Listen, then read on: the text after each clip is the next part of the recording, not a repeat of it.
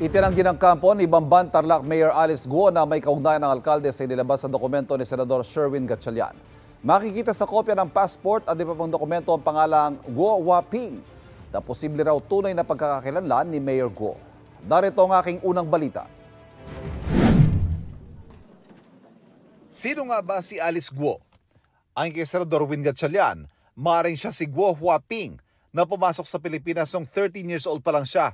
Base yan sa inilabas si Gatchalian na kopya ng passport at iba pang dokumento mula sa Board of Investments mula raw sa aplikasyon ng pamilya Guo para sa Special Investors Resident Visa o SIRV. Ani Gatchalian, 1990 ang totoong taon ng pagkakapanganak ni Guo at si Lin Wenyi ang nakarehistro niyang ina. Base sa Certificate of Candidacy ni Guo sa nakalap na dokumento ng GMA Integrated News Research, 1986 siya pinanganak sa Tarlac. Para kay Gatchalian, pagtitibayan ng dokumentong ito ang quo warranto case laban kay Guo. Sakaling magtagumpay ang petisyong ito, maalis siya sa pagkaalkalde dahil hindi siya tunay na Pilipino.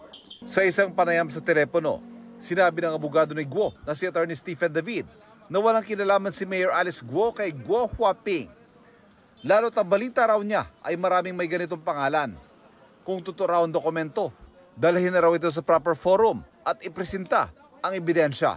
Kung meron silang matibay na ebidensya na they are one and the same, edi ipresenta nila sa proper forum para masagot namin. Kasi mahirap sumagot sa mga publicity na gano'n eh.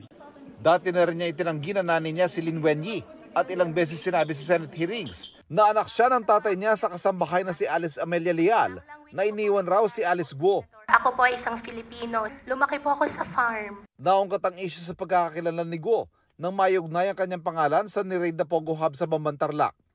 Nauna nang sinabi ng PAOK na sasampahan nila ng reklamong kriminal ang alkalde kaugnay nito. Nagpahatid ng sulat si Guo kay Executive Secretary Lucas Bersamin na siya ring chairman ng Presidential Anti-Organized Crime Commission o PAOK. Just expressing the mayor's intention that she is one with the commission to uncover the truth and for justice to prevail.